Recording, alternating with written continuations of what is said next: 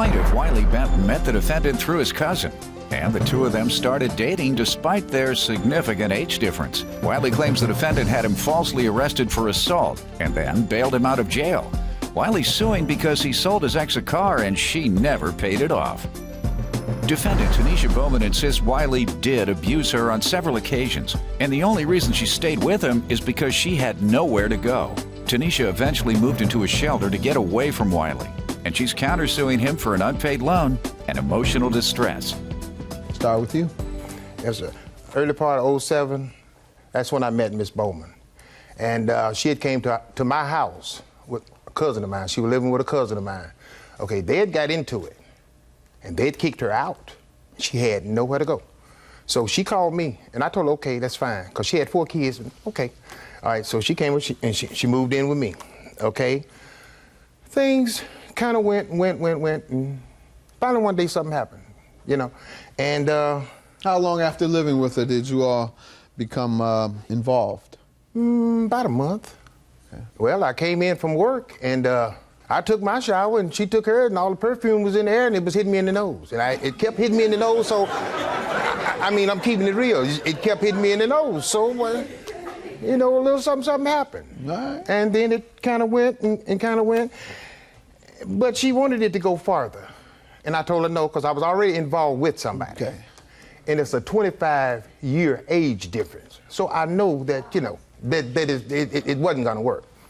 You didn't know that when you were smelling that perfume. Yeah, I did know that at the time, Your Honor. But, you know, it wasn't just one time the perfume smelling. You know, when I come in from work, you know, I smell it, and it's all day. She can shower during the day.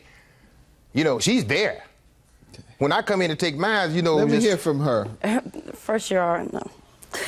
What he just stated was... Hold on. Let me see if she got some perfume. Okay. Perfume? Uh-oh, doctor, she got that perfume? Something's about to happen. Something's about to happen today. I already know.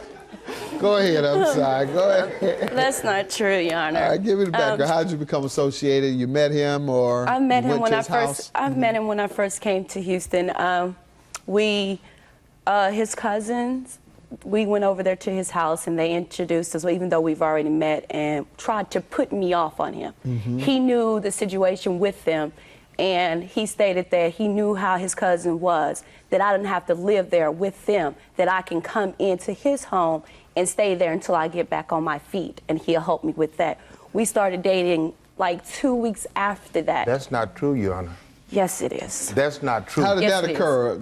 The perfume scenario, is that true? The first time, yes, it was that he stated he woke up and smelled roses in the air, and it happened the first time. But after that, we sat down and we talked about it, and it continued on. And he stated, well, okay, well, you're here, I'm single, you're single. We could just go ahead and just hook up from that. That's not true, Your Honor. That's not true. All right. How long did you all date? It was over 2 years she was there, pretty close to 3 years. Over 2 years? Yes, sir. Okay. You're suing her for a car. How did that come about? Well, she had called in April, which was this past April, for Easter.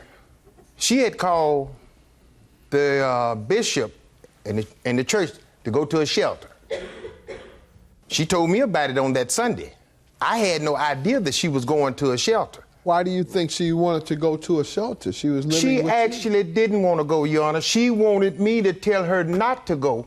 Oh. That's a lie. But I saw my opening, and I took it. Why did you want to get out? Because I've been looking for one a long time ago. For 3 years? I've been to jail and everything. You hit the woman? No, sir, I did not. No, that's a lie. No, sir, I did not. That's a lie. No, sir. Your Honor, I went to jail. I never hit her. Well, if I hit her, who came and got me out of jail? Who came and got me out of jail? All right, That's all I want to know. Who came and got me out of jail and why? That happens, sir, because the woman's still in love with you, even though you have abused her physically. That's nothing unusual. Let's get to the car, sir. How does she owe you for a car? She was supposed to pay me $1,500 for the car.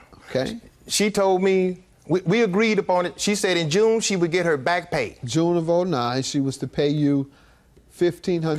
$1,500. Okay, and what has happened since then? She gave me $100. What has she said since that time regarding your repayment?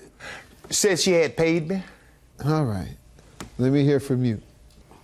This man has caused me nothing but has been abusive during that relationship with him. Yes, I was stupid for sticking with him through it, but I didn't have anywhere else to go. How often was he physically abusive? It started immediately after. We started dating in the end of January '07. On March of '07, that's when we had the barbecue and he slapped me and his daughter got involved and he went to jail behind that. His daughter called the police and pressed charges on him for beating. When was the next time? The next time was in June of '07. Same, few months later. Few months later, in June of '07. At that time, I called the police. I called 911. He seen that I was calling him, and he got the phone, and he started fighting. We started wrestling over the phone, and give him some tissue, please, do it. And when the police came, because I called 911, he stated, I told her she had to leave, and she got mad at me and tried to commit suicide, but everything, which is not true. Did the police ever prosecute him for anything? For this time, no. The first time they prosecuted him because the state picked it up and his daughter prosecuted him. Was he convicted? He pled guilty to assault. And wasn't he on probation then as a result? He just had to pay a fine. I guess he wasn't charged the second time. Now, did he continue to assault you? Yes. After that was November of '07. So, did the police prosecute him then? No, because I didn't call the police after the second time. The second time when I called them and they came out, he made it seem like... Why didn't you call them anymore? Because when they came out, he made it seem like it was me. First time... That's that time. How about the next time? I didn't call anymore after that because he stated that he could easily... Tell me about the car. Your Honor. No, sir. Could I say something about that? No, sir. Tell me about the car, ma'am. Okay. That's what we're here for. Okay, first time we talked about the car was April the 11th. I went to the shelter April the 12th of 2009. We talked about the car. He stated that if you give me $1,200, you could have it. I said, I don't have that much money. I don't spend too much money in the car. He said, okay, $800 was for the car, is what he had told me. How much have you paid him? I paid the full $800. I paid it in May. Ma'am, you wanted to speak? Oh, I'm saying that is true. Come on up. State your name. I am Joyce Miller. I'm her mother. Mm-hmm. It was April of the 11th when she called me. They were arguing about the car. And he said, well, I tell you, when you bring me $800, you could have the car. And he specifically said that because I was on the other line.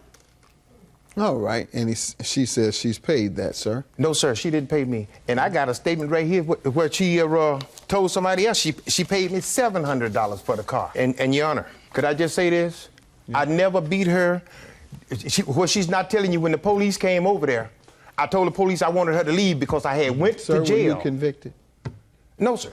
You've never been convicted of domestic violence against her? Well, I went to jail. No. I asked you a very clear question. I pleaded guilty to it, yes, sir. All right, then. Well, don't lie, because that was a lie when you said no, sir.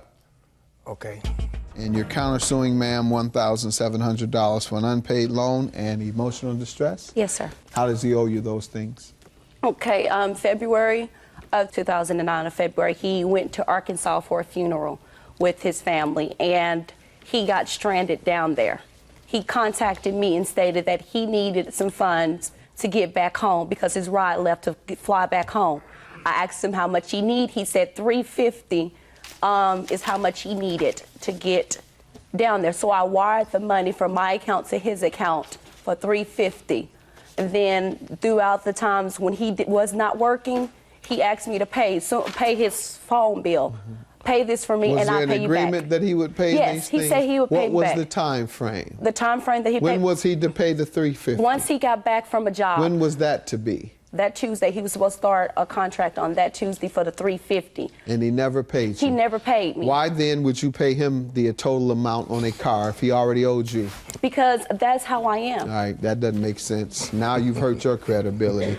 He owes you $350. You wouldn't give, you shouldn't have, and I don't believe you did, give him the entire amount that he was asking for. I have my bank statements. Ma'am, do you have something that shows that he owed you $350? That's what we're talking about. Sir. How so?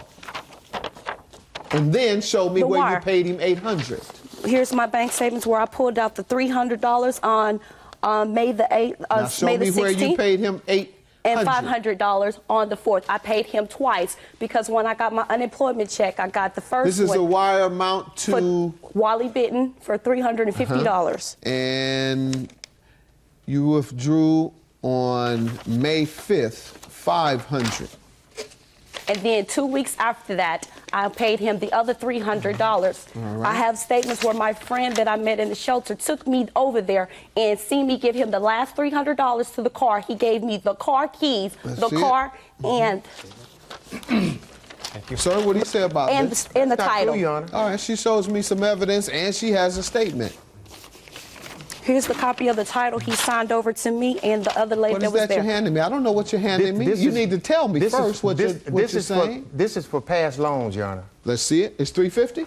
No, sir. It's $5,000. That was to take care of everything that I owed her because I was trying to get her out the house. And that's this what I gave her. was That's what when?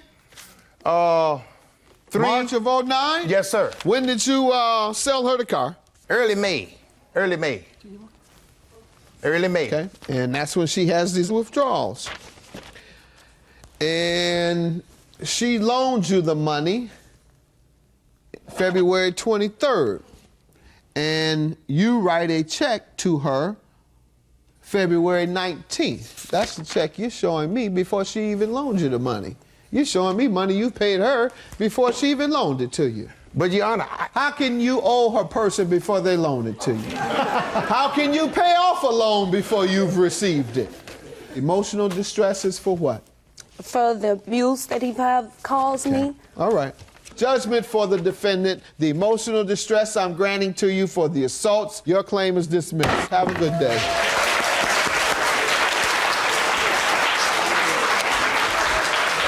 Right now, all that I really care about is that he seek help. I'm going to pray for him, and I don't want anything else to do with him. It's over. This is a chapter in my life I could just move on forward with. It's the way I feel.